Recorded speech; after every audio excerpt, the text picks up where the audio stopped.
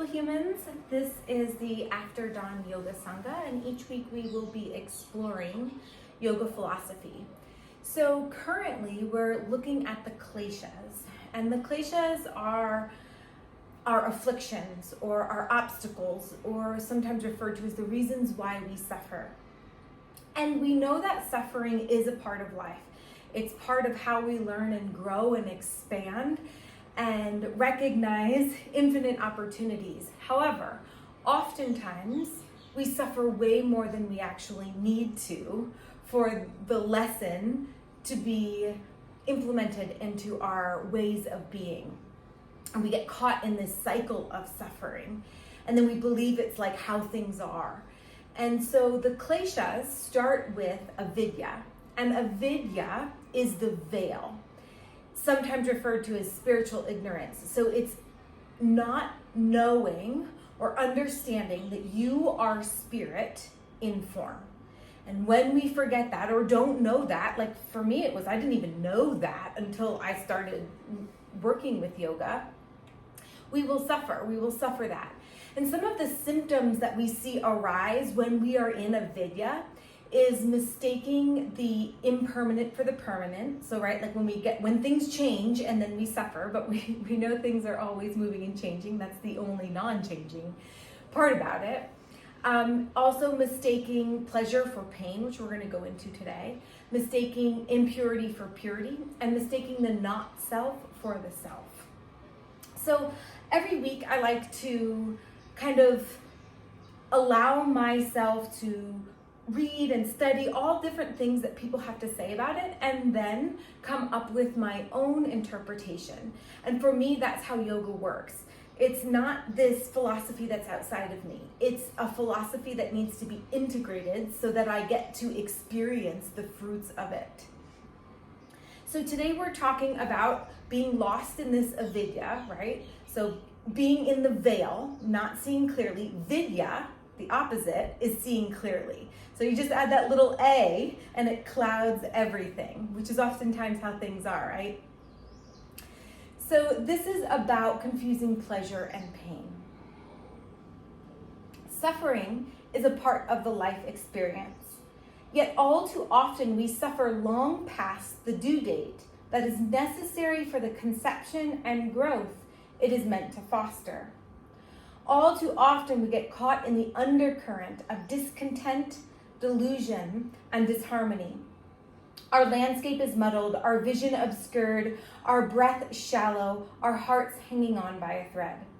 Avidya is being caught in the undercurrent. Vidya, on the other hand, is the feeling of toes in the sand, warmth on our skin, and views for miles upon miles where we can admire the sun sinking down past the horizon, painting luminescent light strokes with a magical paintbrush that never runs out of paint. Avidya is drowning in the undercurrent. Vidya is knowing that you are forever magical paint, and your lifetime here on this earth is getting to be the one who holds the brush. What shall you paint, my dear? Avidya's symptoms include believing the impermanent to be permanent, the impure to be pure, pain to be pleasure, and the not self to be the self. Today we untangle the confusion between pleasure and pain. This can be as simple as something like partying tonight equals puking tomorrow, or a daily diet of processed food this year equals high blood pressure, weight gain, and brain fog next year. On the flip side of the same coin, it might feel uncomfortable to lift the weights and do the yogas today, and quite pleasurable to be hiking to some epic mountain peak in 3 months with the strength to carry your toddler on your back. When we forget or don't know that we are spirit incarnated, gifted with our own very magical temples, our bodies, to explore the entirety of Earth as a magical temple itself, it is easy to choose convenience over conscious. Mostly, we're not doing the choosing. We are playing out a program molded by the hands of power and greed, of which belong to those who are also wearing the veils of Avidya. The moment is always now, but let us not forget that this now moment births your next now moment. What you think, say, and be right now provides the arena for you to play out your next now moment. Let us pack our stadiums with thoughts of our wildest dreams, with words of kindness and encouragement, with acts of sovereignty and unity.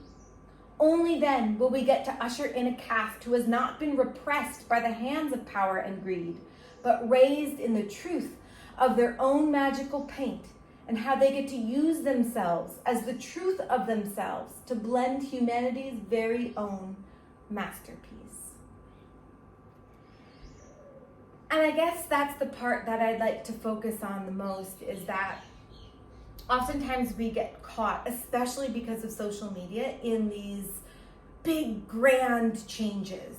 And when we are lost in that delusion of that being the only way that we can make a difference in our world, then we forget how important the little things are. It's the tiny little shifts. It's recognizing the tone that you're speaking to yourself in today, and then taking that little shift and making it a little bit more kind.